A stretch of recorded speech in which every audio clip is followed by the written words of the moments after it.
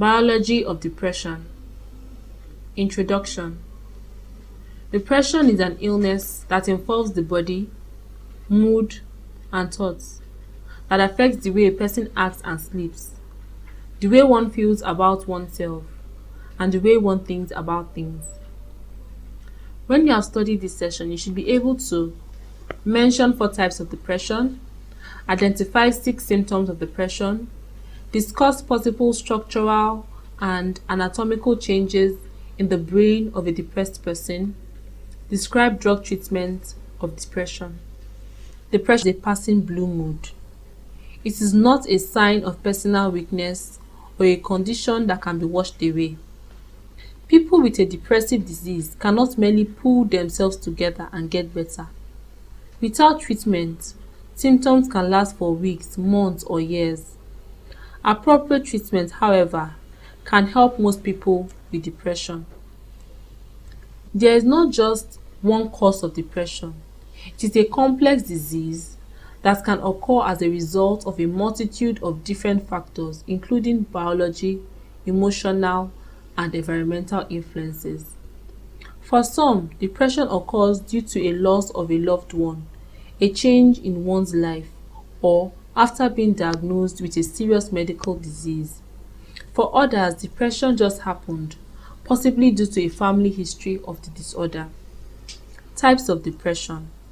There are several different types of depression, including major depressive disorder, dysthymia, that's mild chronic depression, seasonal affective disorder, and psychotic depression. Symptoms of depression.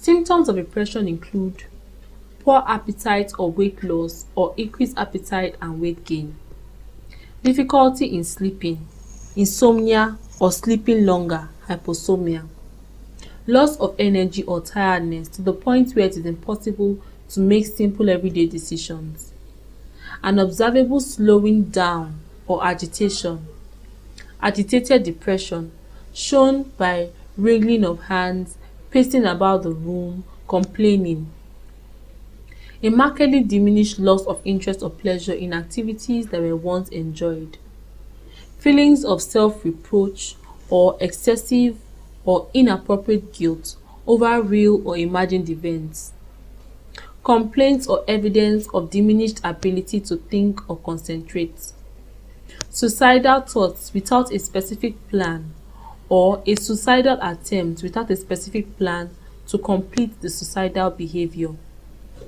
Not everyone who is depressed has all these symptoms, but everyone who is depressed has at least some of them coexisting on most days. Biology of depression.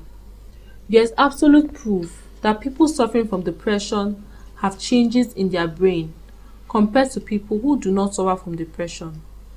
1. The hippocampus, a small part of the brain that is vital to the storage of memories, is 9% to 13% smaller in women with a history of depression than in those who have never been depressed. A smaller hippocampus has fewer serotonin receptors. Serotonin is a neurotransmitter, a chemical messenger that allows communication between nerves in the brain and the body. What scientists don't know yet is why the hippocampus is smaller.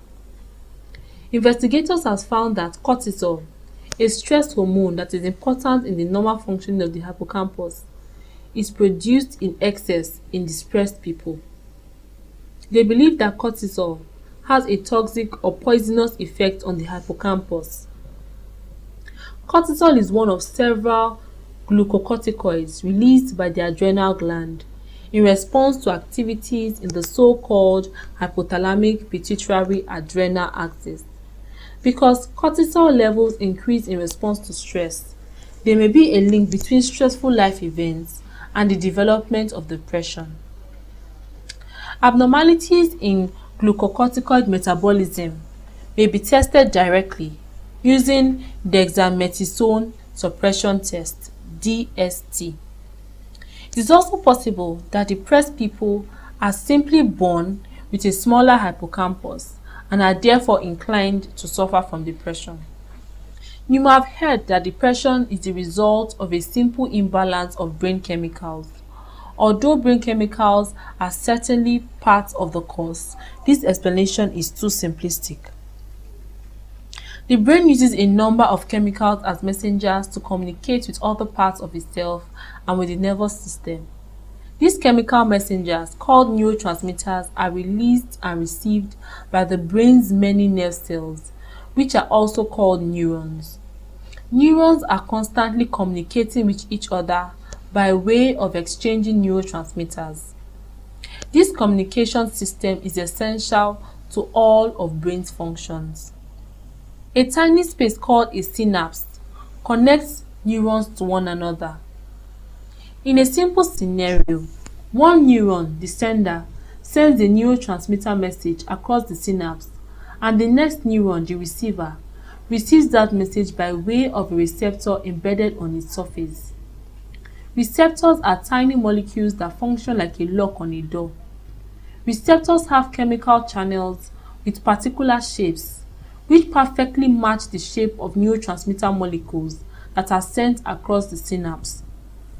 When a matching neurotransmitter and receptor comes into contact with each other, the neurotransmitter fits itself into the receptor molecule's channel. As a result, the receptor becomes activated or opened, just like when a key enters a lock and turns it open. When there is no neurotransmitter molecule around to unlock the receptors remain in a closed and inactive state. In music, it is not just the notes that make up a melody, it is also the space or rest between the notes that makes each note stand out and be distinct. It is exactly the same with regard to neurotransmitters and synapses. There needs to be some quiet time between neurotransmitter messages for those messages to have any meaning. It is important that receptors be allowed to reset and deactivate between messages so that they can become ready to receive the next burst of neurotransmitters. In order to achieve this resting, the receptors relax and release their captured neurotransmitters back into the synapse, where about 90% of them get taken up again in a process called reuptake by the original sending neuron. The neurotransmitters are then repacked and reused the next time a message needs to be sent across the synapse. Even though this seems like a complicated set of steps, this entire information transmission cycle occurs in the brain within a matter of seconds. Any problem that disrupts the smooth functioning of this chain of chemical events can negatively impact both the brain and nervous system. The brain deactivates the neurotransmitter substances once it has passed on its message in one of two ways. 1. Either an enzyme, monoamine oxidase, is produced, which breaks down the chemical messenger, or 2. The neurotransmitter is reabsorbed into the pre-existing neuron, a process called reuptake. Several specific neurotransmitters, including one called serotonin, are responsible for regulating mood, as well as appetite, sleep, and stress response functions. Lowered mood happens when the brain can't access enough of the right combinations of these neurotransmitters to a serotonin deficit. Just to enumerate a few possibilities. 1. Not enough serotonin is produced. 2. There are not enough receptor sites to receive serotonin. 3. Serotonin is being taken up too quickly before it can reach receptor sites. 4. Chemical precursors to serotonin, that is, molecules that serotonin is manufactured from, may be in short supply. And 5. As you can see, if there is a breakdown anywhere along the path, neurotransmitter supplies may not be adequate for your brain's needs. Inadequate supplies lead to the symptom that we know as depression. Taunton carried out a study in 1981 to measure the amount of serotonin and noradrenaline in urine samples of depressed and non-depressed participants. He found empirical support for the biology of depression where depressed participants had lower levels of these two neurotransmitters in their urine compared to control participants. Furthermore, biological evidence concerning the cause of depression comes from many twin studies of monozygotic MZ and dizygotic DZ twins. Price, 1986, wanted to provide evidence for a genetic cause of bipolar depression. He examined sets of MZ twins and DZ twins. As the identical twins shared 100% of their genes, it was expected that they would have very similar psychological functioning. This was called the concordance rate. There should have been a lower concordance rate for DZ twins as they share only 50% of their genes. In his sample of 97 pairs of MZ twins raised by the same family, he found a concordance rate of 68%. The concordance rate for DZ twins, 119 pairs, was only 23% for bipolar disorder in DZ twins. This showed that biology, and not other social factors like being raised with an identical sibling, is a major contributor in bipolar depression. Biological treatment of depression. Drug therapy. The first antidepressants developed in the 1950s are the tricyclic antidepressant TCA and the monoamine oxidase MAO inhibitors. TCAs block the reuptake of three neurotransmitters: serotonin, norepinephrine, and dopamine. TCAs include the drugs amitriptyline, doxepin, imipramine, nortriptyline, and diazepam. Although TCAs are as effective as the antidepressant developed later, they have more unpleasant side effects. MAO inhibitors decrease the rate at which neurotransmitters are broken down by the body, so they are more available to interact with nerve cells or neurons. MAO inhibitors currently available in the United States include phenelzine and trinacipramine. A third group of antidepressants, known as selective serotonin reuptake inhibitors (SSRI), became available in 1987. SSRI block the reuptake of the neurotransmitter serotonin, thereby prolonging its activity. There are currently a number of SSRIs available for use in the United States, including fluoxetine, sertraline, paroxetine, and citalopram. Of this group, the best known is fluoxetine, commonly known by its trade name Prozac. Sertraline is sold as Zoloft, paroxetine as Paxil, and citalopram as Celexa. Although all SSRI work the same way, they have different side effects. Newer groups of antidepressants regulate the levels of serotonin and an additional neurotransmitter. The best known serotonin and norepinephrine reuptake inhibitor (SNRI) is venlafaxine bupropion, sold as Wellbutrin, is a serotonin and dopamine reuptake inhibitor. Tetracyclic antidepressants prevent the neurotransmitters serotonin and norepinephrine from binding to nearby nerve cells. Mirtazapine, sold as Remanon, is a tetracyclic antidepressant. How antidepressants affect this communication process. We know that antidepressants increase the amount of neurotransmitters available in the synapse, but how do they do this? There are two ways that antidepressants do this. The first is by decreasing the amount of neurotransmitters being broken down by enzymes at the synapse that eat up the extra neurotransmitters. The second way neurotransmitters are decreased is by decreasing the amount of neurotransmitter taken up into cell A. These medications are known as the selective serotonin reuptake inhibitors. How effective are antidepressants? Researchers agree that When depression is severe, medication can be helpful, even life-saving. However, major research shows that antidepressants fall short for many people. A major government study released in 2006 showed that fewer than 50% of people become symptom-free on antidepressants, even after trying two different medications. Furthermore, many who do respond to medication slip back into major depression within a short while, despite sticking with drug treatment. Other studies show that the benefits of depression medication have been exaggerated, with some researchers concluding that when it comes to mild to moderate depression, antidepressants are only slightly more effective than placebos. Side effects of antidepressant medication. Side effects are common in all antidepressants. For many people, the side effects are serious enough to make them stop taking the medication.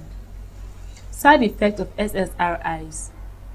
The SSRIs act on a chemical in the brain called serotonin.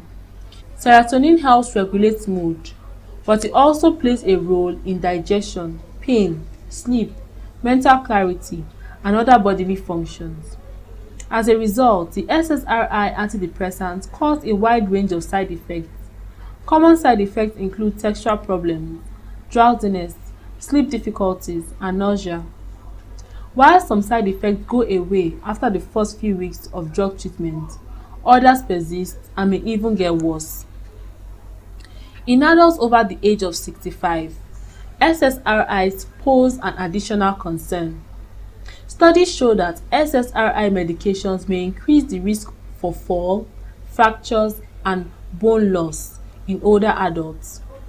The SSRI can also cause serious withdrawal symptoms if you stop taking them abruptly.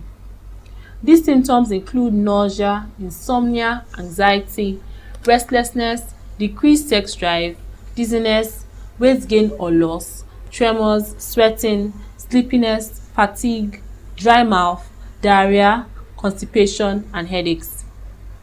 Side effects of atypical antidepressants. There are a variety of newer depression drugs called atypical antidepressants, which target other neurotransmitters either alone or in addition to serotonin. Some of the brain chemicals they affect include norepinephrine and dopamine. The side effects vary according to the specific drug. However, many of the atypical antidepressants can cause nausea, fatigue, weight gain, sleepiness, nervousness, dry mouth, and blood vision. The atypical antidepressants include bupropion, venlafaxine, mirtazapine, and duloxetine. Study session summary. In this study session, we observed that depression is an illness that involves the body, mood, and thoughts that affect the way a person eats and sleeps, the way one feels about oneself, and the way one thinks about things. Depression can occur as a result of biological, emotional, and environmental influences. We also noted the following: types of depression including major depressive disorder, dysthymia, seasonal affective disorder, and psychotic depression. Symptoms of depression could include poor appetite or weight gain, loss of energy or tiredness to the point where it's impossible to make simple everyday decisions, feeling of self-reproach or guilt, evidence of diminished ability to think or concentrate. There's absolute proof that people suffering from depression have changes in their brains compared to people who do not suffer from depression. For example, the hippocampus is smaller in women with a history of depression. The hippocampus have few serotonin receptors. Drugs used in the treatment of depression include tricyclic antidepressants, monoamine oxidase inhibitors, and selective serotonin reuptake inhibitors. End of study session 13. Thanks for listening.